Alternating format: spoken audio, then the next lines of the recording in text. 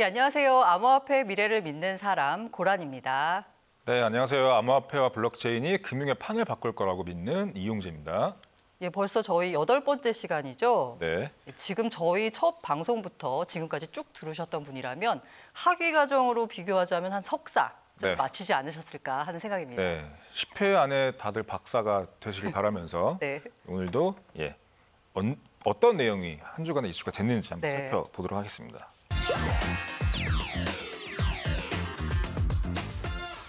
지난 10월 11일 미국 상원이었죠. 네. 여기 그 닥터둠 이름만 네. 벌써 약간 이름부터 가슴이 음침합니다. 네네. 느리엘 루비니 뉴욕대 교수가 나오셔서 그 별명에 걸맞게 암호화폐에 대해서 아주 신랄한 비난을 날리셨습니다. 루비니 교수는 이제 암호화폐 반대파로 이제 참석을 했었고요. 그래서 표정이 벌써 안 좋으세요. 표정부터 네. 지금 마음에 안 든다는 네네. 표정이죠. 그리고 비영리 암호화폐 리서치 센터인 코인센터에 피터 발켄버그라는 분이 반대쪽 찬성파로 나와서 이제 열띤 토론을 벌였습니다. 청문회가 끝난 다음에 그 암호화폐나 블록체인 커뮤니티에서 이 수많은 루비니 교수의 주장을 반박하는 그 보고서들이 연구 결과가 쏟아졌죠. 네. 루비니 교수가 여기 나오기 위해서 나름 또 37페이지에 달하는 준비 많이 하셨네요. 써왔어요. 네네. 리포트를 써왔는데 읽어봤더니 자기 논점에 맞는 데이터만 뽑아낸다고 해서 이제 체리피킹 데이터라고 얘기하죠. 다 전부 다 체리피킹 말씀만 들으니까 데이터였다. 왠지 떠오르는 인물이 있어요. 네, 그래서 JTBC 올해 초에 뉴스룸 토론에서 나왔던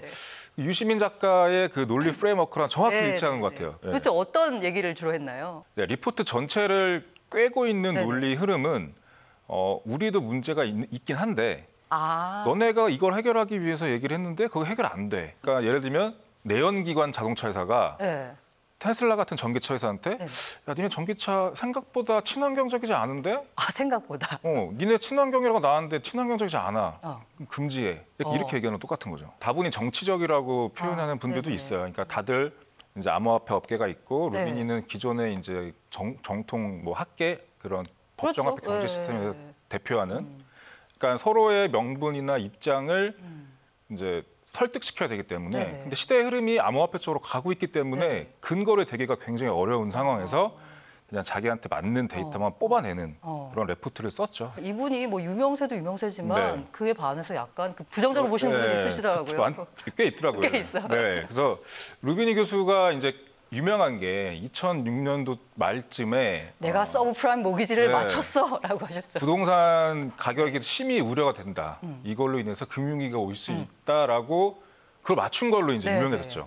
근데 그 전에 뭐 학계에서는 루비니 교수가 2006년 전에는 다른 종류의 위기설을 계속 얘기하고 다녔다라는 거를 꼬집어서 얘기를 해요. 그래서 이 사람은 말만 열면 안 좋은 얘기만 한다. 경제 비관론만 말한다. 그러다가 2006년도에 시나리오를 수정해서 서브프라임 얘기를 부동산 얘기를 건드렸다.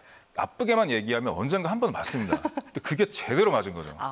그래서 하버드 비즈니스 리뷰의 전 편집장이자 블룸버그 칼럼니스트인 저스틴 폭스 같은 경우는 루비니 교수를 시나리오 스피너라고. 시나리오 스피너요? 네, 시나리오를 계속 바꾼다.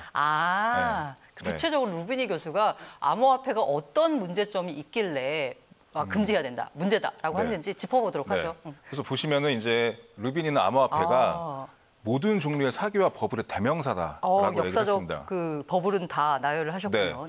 그래서 첫 번째 튤립 버블, 사우스시 버블, 이제 미시시피 버블 이 세 가지를 예를 들었어요. 그래서 암호화폐는 이 세 가지 버블과 다를 바가 없다라고 얘기했는데 역사적인 큰 버블은 항상 정부와 회사의 합작품이었습니다. 그래서 정부와 기관, 그다음에 회사, 그다음에 마지막에 인간의 탐욕이 붙어서 이 삼중주가 이루어져야 이제 버블이 딱 나오는데 튤립 버블 같은 것도 보시면 이미 정부는 튤립에 대한 그런 거래를 굉장히 장려했어요. 그러니까 튤립 거래 관련 특별법도 만들고 특별법. 정부가 앞장서서 암스테르담이나 로테르담 거래소에 상장도 시키고 튤립을 증권화해서 그다음에 선물 거래도 허용하고 그래서 정부가 주가 됐고 그 뒤에 귀족들이 따라왔던 그런 버블이 바로 튤립 버블이었다. 그리고 근거 없는 그런 가격 상승이 있었던 버블이었고요. 사우스시도 사우스시 회사라는 걸 정부의 그 국영 기업이랑 똑같은 거예요. 이게 남해 주식회사입니다. 네, 맞아요. 남해 주식회사인데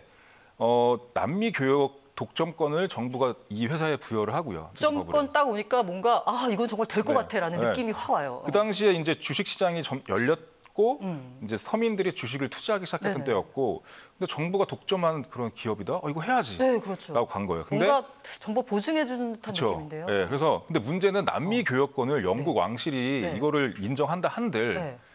아시다시피 남미 교역권은 아, 무적함대 스페인이 다 갖고 있었어요. 네. 그 다르네요, 진짜. 그래서 네. 교역권을 갖고 있다고 해서 교육을 열심히 많이 하는 건 아니거든요. 그렇네요. 네. 그래서 돈을 못 벌었죠, 이 회사가. 네, 네, 네. 그래서 이제 주가가 확 빠졌었고요. 그다음에 더 중요한 거는 이건 대국민 사기극이라고 할 수 있을 정도의 악질적인 이 버블이었습니다. 그래프만 보면 정말 네. 그 인터넷 버블보다 더 심한 것 같은데요. 그러니까 사우스시 남해 회사가 어떤 장난을 쳤냐면 네. 당시에 초기에 거래가가 그러니까 시장에서 거래가는 한 200달러, 예를 들어 200달러였다면 액면가는 또 100달러예요. 그러네요. 저기 출발이. 예. 근데 1000달러까지. 이 200달러, 그러니까 일반 서민들이 200달러를 사고 시장에서 거래를 하죠. 주식을 사죠. 네네. 그러면 남해에서는 200달러 받아와요. 네네. 이거를 영국 왕실이 갖고 있는 국채를 매입합니다. 그러니까 영국 왕실 빚을 대신 갚아주는 거예요. 아니 그 투자자들이 200달러 투자한 이유는 남미 교육을 열심히 해서 뭔가를 그쵸. 많이 벌어와라라는 건데 이 돈으로 왜 국채를 사냐요? 그 목적으로 만들어진 회사이기 때문에 영국 왕실의 채무를 해결하기 만든 회사였거든요. 이거는 거의 계획 사기인데요? 사기죠, 사기. 네. 그래서 그 국채를 사서 200달러를 영국 왕실에 주고요. 네네. 그 남해 회사는 갖고 온 국채를 담보로 주식을 또 발행해요. 근데 발행할 때는 액면가로 발행하니까 200달러짜리 국채 받아왔으면 주식이 액면가 100달러죠. 두 개가 생기는 거예요. 아니 이런. 그러니까 이렇게 계속 두 배씩 불어나는 겁니다. 주식이. 아니 이런 누워서 떡 먹기에 장사가 어딨나요? 어떻게 이건 완전 대국민 사기극인데. 펀지 아닌가요? 약간 그런 느낌이죠. 그래서 문제는 주식이 무한정 늘어나는 구조이기 때문에 언젠간 터지잖아요. 터지죠. 그리고 돈도 못 벌고 있는 회사고. 그러니까 폭락이 쭉 온 거죠.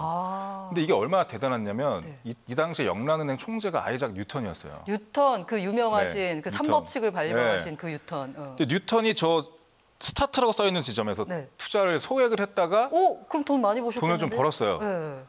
그러다가 이건 된다. 이건 된다. 그래서 전 재산을 저 맨 꼭대기에서 투자를 하고 전 재산을 탕진하게 되죠. 참 이러면 그 미시시피 버블도 마찬가지 구조로 전개됐던 거죠. 맞아요. 미시시피 버블은 프랑스 회사, 프랑스 왕실의 채무를 해결하기 위해서 만든 회사. 이게 소위 말하는 그 철도 버블인 건가요? 그거랑은 다른 건가요? 아니에요. 예. 네네. 이게 뭐냐면 똑같아요. 구조 똑같습니다. 그러니까 이 미시시피 회사를 차렸는데 이 회사는 이제 광고를 이렇게 하는 거예요.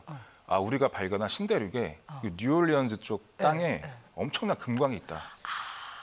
미시시피 강을 가로지르는 그 뉴올리언즈에 엄청난 금이 있고 이거 우리가 다 가져올 거다. 그리고 그때 마침 프랑스에서 엄청나게 많은 사람들을 그 뉴올리언즈로 이주를 시켰어요. 그래서 그 뉴올리언즈 쪽에 약간 그 프랑스 문화가 있는 게 뉴올리언즈, 오를레안 그 어원이잖아요. 근데 문제는 이주민들이 가봤더니 없어. 그리고 거기서 사람 다 굶어 죽고 그랬던 거예요. 그러니까 이게 딱 탄로가 난 거죠. 그래서 폭락을 합니다. 근데 물론 이 과정에서 존 로라는 그 걸출한 경제학자가 나오긴 해요. 근데 이분이 근대화된 지폐의 선구자 역할을 했었는데 이거를 제외하면은 거의 사기와 마찬가지였던 악질적인 버블이었다고 볼 수 있죠. 그러면 아까 사우시스 버블은 영국 정부가 벌인 일종의 사기고, 정부와 회사가 합작하고, 미시시피 버블 역시 프랑스 정부와 회사가 벌인 버블. 맞아요. 그렇다면 지금 약간 비트코인 소위 암호화폐 버블과 다른 점은 암호화폐 버블에는 정부나 회사가 개입을 하지 않았잖아요. 그렇죠, 안 했죠.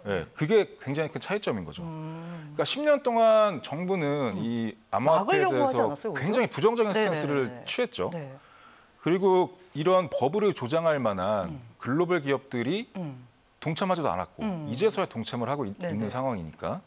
그러니까 암호화폐는 불과 몇 년 전까지만 해도 소수의 혁신 기술을 옹호하는 사람들끼리만의 시장이었던 거죠.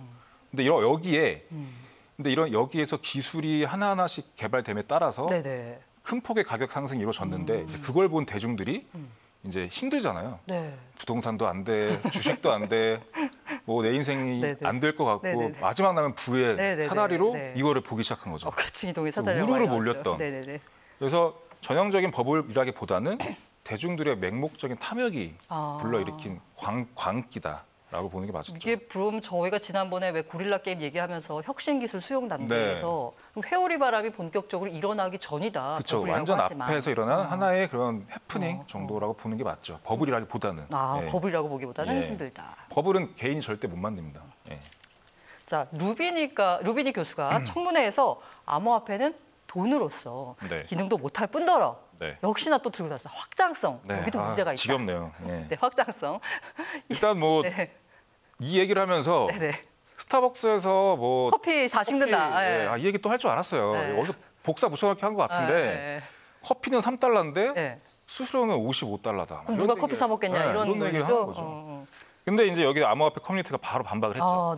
그림 보시면 이 거래가 10월 15일 날 일어났던 거래. 왔다 갔다 한 비트코인 수량이 29,999개. 수수료는 0.000014 정도 돼요. 그러니까 3만 개 정도 필요할 때 합쳐보면 한 0.1달러. 네, 그래서 약간 3만 개의 비트코인의 거래가 이동이 됐는데 0.1달러의 수수료가 발생을 한 거죠. 그 3만 개 BTC가 우리 돈으로 환산하면 2,100억 정도. 2,100억 원 정도. 근데 수수료가 얼마? 0.1 얼마? 110원? 10원 정도? 근데 이거를 만약에 기존 스위프트망이나 뭐 사용했다고 하면 제가 국내 송금해도 10,000원 보내도 600원, 700원 나올 것 같은데요. 그러니까 이런 것들을 정면으로 반박을 하고 그러니까 이게 시사하는 바가 뭐냐면 루비니는 자기 논리 전개할 때 자기한테 필요한 데이터만 갖고 있어요. 이거는 수수료가 50달러, 60달러 갔던 때는 올해 초에 암호화폐가 거의 극성을 부렸던 가격 고점대에 거래가 너무 많이 일시적으로 몰렸을 때의 수수료를 증거 자료로 갖고 온 거죠. 그렇죠. 사실 그 암호화폐가 굉장히 혁신적이라고 하는 게 계속 업그레이드가 되고 있잖아요. 진화하고 있는 그 부분을 간과했던 거예요. 그 확장성 얘기도 저희가 계속 책에도 얘기하고 계속 방송에도 얘기하지만 뭔가 계속 나아지고 있잖아요. 이거는 다 프로그래머블 머니거든요. 계속적으로 업그레이드가 되는 거예요. 시장의 상황에 따라서. 그래서 계속 그 확장성 얘기를 하는 것 자체는 의미가 별로 없는 거죠. 루비니 교수가 얘기했던 그 비판 포인트 중에 하나가 블록체인 기술 인류 발전사를 통틀어서 그런 엄청난 기술이 아니라 제일 과대포장합니다. 엑셀 스프레드시트와 뭐가 다르냐? 이 부분에 대해서. 이것도 굉장히 답을 하기조차 좀 민망한 이제 그런 주장인데. 엑셀 스프레드시트는 좀 너무 하셨던. 그러니까 올해죠. 올해 올랜도에서 열렸던 심포지엄. IT 엑스포라고 굉장히 큰 엑스포가 있습니다. 거기에 가트너가 매년 이제 10개 정도의 전략 기술을 발표해요. 이거는 향후에 5년 안에 꽃을 피울 기술이다. 확실히 기업들이 이거에 대해서 관심을 가져야 된다. 그중에 블록체인이 들어갔나요? 그렇죠. 블록체인이 바로 들어가 있었습니다. 뭐 이걸로 이제 대답을 대체하면 될 것 같습니다. 비트코인에 대한 암호화폐에 대한 비판 중에 하나가 마약, 범죄, 뭐 테러 이런 데 쓰이는 돈 세탁 이런 데 쓰는 아주 나쁜 돈이다. 그러니까 금지를 해버려야 된다라는 주장을 했습니다. 지금 상황에서는 어림도 없다고 보시면 돼요. 예전처럼 2010년, 11년도에 아무도 비트코인에 대해서 암호화폐에 대해서 관심이 없을 때 그냥 개인들이 만나서 야 내가 비트코인 줄게 나 뭐 줘. 이 정도의 거래는 할 수 있어요. 범죄 행위에. 그래서 지금 모두가 주목하고 있는 이 퍼블릭 블록체인을 활용해서 범죄 행위를 하고 돈 세탁을 한다? 굉장히 어렵습니다. 그래서 실제로 불법 행위는 법정화폐로 훨씬 더 많이 일어나고 있어요. 근데 이걸 괜히 암호화폐를 이제 깎아내리는 툴로 사용하는 게 이제 문제가 많은 거죠. 그래서 예를 들어서 일례로 올해 초에 코인 체크. 여기서 이제 기자님도 이 기사를 많이 쓰셨는데 그 NEM이라는 암호화폐가 탈출이 당했죠. 근데 해커가 이걸 탈취했을 때는 굉장히 기분 좋았을 거예요. 대박이다 이러면서. 규모가 아마 사상 최대였죠? 규모가 지금 저희가 확인했을 때 5천억 정도로 알고 있는데 5천억 정도. 이 정도의 램을 이제 강탈을 했는데 이걸 이제 환전해야 되잖아요. 환전. 그렇죠. 근데 이제 램 재단에서는 이제 하드 포크를 해서 이더리움처럼 이거를 막 묶어버리느냐. 근데 이건 안 했고 이 램을 환전할 수 있는 거래소에 다 연락을 한 거죠. 이 해당 주소에서 나오는 거래는 다 받지 말고 환전해주지 말아라. 그러니까 그 5천억 상당의 그 램을 환전하기가 애매한 거예요. 그러니까 누가 훔쳐갔는지는 모르겠지만 훔쳐간 사람에게 그 경제적인 이득이 가지 않도록 아예 환전을 금지시켜 버리니까 결과적으로는 효과가 없네요. 잘 못 쓰는 거예요. 훔쳐간 사람이 누군지 모르지만 그 사람의 그 주소는 알 수 있으니까. 그래서 이렇게 해서 다 차단을 시키는 겁니다. 그래서 아마 대부분 환전 못하고 소액으로만 아마 환전을 하고 있을 거예요. 뭐 준비해 오신 것 중에 그 최악의 돈 세탁 케이스 탑 5를 네. 선정하셨는데 그 중에서 시청자분들의 정신 건강을 위해서 한 가지만 네. 한 가지만 소프트한 한 가지 케이스만. 네. 2012년도에 네. HSBC 은행 멕시코 지점과 멕시코. 미국 지점 간에 네. 약 한 8조 원 상당의 자금이 8조요? 네, 8조. 네. 8조 정도의 자금이 돈 세탁이 이루어집니다. 멕시코 마약 카르텔 자금. 잠깐만. 근데 HSBC는 이거는 굉장히 공신력 있는 은행 아닌가요? 그렇죠. 세계 최대 은행 중에 하나죠. 네. 그래서 HSBC가 이거를 그 멕시코 은행 지점과 미국 은행 지점을 조사를 한 거죠. 네. 금융감독원 같은 데서. 네. 그러니까 거액의 달러를 갖고 와서 입금을 해도 네. 신원 확인을 안 했다고 하더라고요. 이게 뭔가요? 방조한 건가요? 아니면 같이 뭘 그렇죠. 해 드신 방조 건가요? 혹은 뭐 같이 뭔가- 공모의 네. 의혹이 분명히 있는 거죠. 네네네. 근데 이거를 HSBC가 어떻게 무마했냐면 막대한 양의 2조 원 가량의 벌금을 내고 아, 실수였다. 네. 이상한데요. 수천 개의 지점을 관리하는 우리 같은 대형 은행은 이러한 사고 사례가 많다. 그래서 우리가 모든 사람들을 다 관리할 수 없기 때문에 그게 더 충격이네. 예, 이러한 것들은 좀 네. 양해를 구해달라라고 해서 2조 원의 벌금을 냈죠. 그래서 실제로 비트코인닷컴에서 조사한 바에 따르면 2013년에서 2016년까지 비트코인 전체 거래에서 약 1% 정도만 네. 그 출처가 굉장히 의심스러웠던 거래가 있었고요. 1%? 근데 반면에 법정화폐 같은 경우는 전체 GDP의 2에서 5%. 그러니까 예를 들면 896조에서 한 2,200조 정도가 매년 돈 세탁이 된다라고 통계가 나왔습니다. 네. 비트코인이나 암호화폐에 대한 비판 중에 하나가 굉장히 반환경적이다라고 해서 채굴할 때 얼마나 많은 전기를 쓰느냐. 네. 이게 인류에 의해서 무슨 도움이 되느냐라는 비판. 맞아요. 이 비판에 대해서는. 전 세계에 가장 많은 환경 오염을 일으키는 산업 중에서 두 번째가 바로 섬유 산업입니다. 아, 패션, 섬유 산업. 아, 저희가 입고 있는 이런 아, 네, 것들. 네, 어떡하죠? 그러니까 이게 어느 정도냐면 네네. 보시면은 정유 산업 다음으로 아, 환경 오염을 심하게 유발하는 산업이에요. 아, 그렇네요. 네, 네, 네. 그다음에 섬유 산업에 사용되는 화학 제품, 글로벌 전체 화학 제품의 25%가 네네. 여기서 나와요. 그다음에 전 세계 탄소 배출의 10%가 아, 문제가 많은 섬유 산업이네요. 산업으로 나오고요. 문제가 많은 산업이네요. 그다음에 섬유 산업은 농업 다음으로 많은 물을 사용하는. 정말 많은 문제가 있네요. 진짜 깜짝 놀랄 만한 거는 네, 청바지 한 벌 네, 네. 만드는데 네. 물이 1,800리터, 한 6,000리터 넘는 물이 들어요. 오. 한 벌 만드는데. 한 벌 만드는데 이 루비니 교수의 논리대로라면 이 정도의 환경 오염을 끼치는 산업은 금지해야죠. 금지해야 되겠네요. 그 다음에 또 나온 논리가 바로 이 가격 버블입니다. 네. 너무 급하게 올랐다가 지금 다 떨어지지 않았느냐. 역사적 버블과 똑같다라는 맞아요. 주장에 대해서는. 네. 그 루비니는 이거를 역사적으로 이러한 투기 자산은 없었다. 이렇게 플래시하게 올랐다가 플래시하게 빠지는 건 없었다라고 얘기하는데 바로 밑에 이제 마이클 노보그라츠라는 노보그라츠 펀드. 노보그라츠 펀드에서 크립토 기관 투자자죠. 네네. 엄청나게 많이 하는. 바로 답을 다르죠. 아니 이렇게 또 친절하게 또. 네. 2000년도에 아마존 드립다 매도할 때는 그 뭐냐라고 얘기를 한 거죠. 그럼 아마존 차트 한번 보여주시죠. 어떤 모양이었는지. 97년도에 IPO를 했는데 네. 이제 IPO를 빵 해서 이제 쭉 올라가죠. 그때 인터넷 버블 따라서. 아우 놀랍습니다. 그래서 98년에 이미 900%가 넘는 수익률을 올려요. 아, 그리고 2000년도까지 계속 올라가다가 그 다음에 이제 폭락을 하네요. 그 다음에 8달러까지 빠집니다. 아. 110달러까지 올라갔다가 8달러까지 빠져. 이 현상을 두고 네. 로저 맥남이라는 사람이 있어요. 이분이 이제 엘리베이션 파트너라는 벤처 캐피탈 대표인데 네네. 페이스북에서 투자하고 되게 네. 전설적인 분입니다. 네. 근데 이분이 했던 말이 지속성을 갖는 산업적 혹은 기술적 광풍과 튤립처럼 속빈 강정에 불과한 단순한 유행은 구분해야 된다. 그래서 이분이 그런 명언을 남겼고요. 실제로 2017년 말에 CNBC에 나와서 이제 얘기를 하죠. 어떤 산업은 거대한 광풍의 힘으로 유지되면서 나중에는 위대한 산업적 혁명으로 이어진다. 인터넷이 그러했고 비트코인 역시 2018년까지, 그러니까 올해까지 관심이 이어진다면 가격이 폭락을 해도 제도권으로 수용될 수 있을 것이다. 라고 얘기를 했죠. 이 와중에 이 와중에 자산 규모가 무려 2,400조 원을 갖고 네. 있는 피델리티. 네. 이름도 벌써 피델리티한데요. 네. 여기 에비게일 존슨이라는 여성 CEO가 굉장히 암호화폐 관심이 많은 걸로 알려져 있었고 실제로 기관 투자자들을 대상으로 한 암호화폐 수탁 서비스를 시작하겠다라고 한 거죠. 네. 누군가는 내가 여기에 있는 게 굉장히 궁금해할 수 있겠다. 네네네.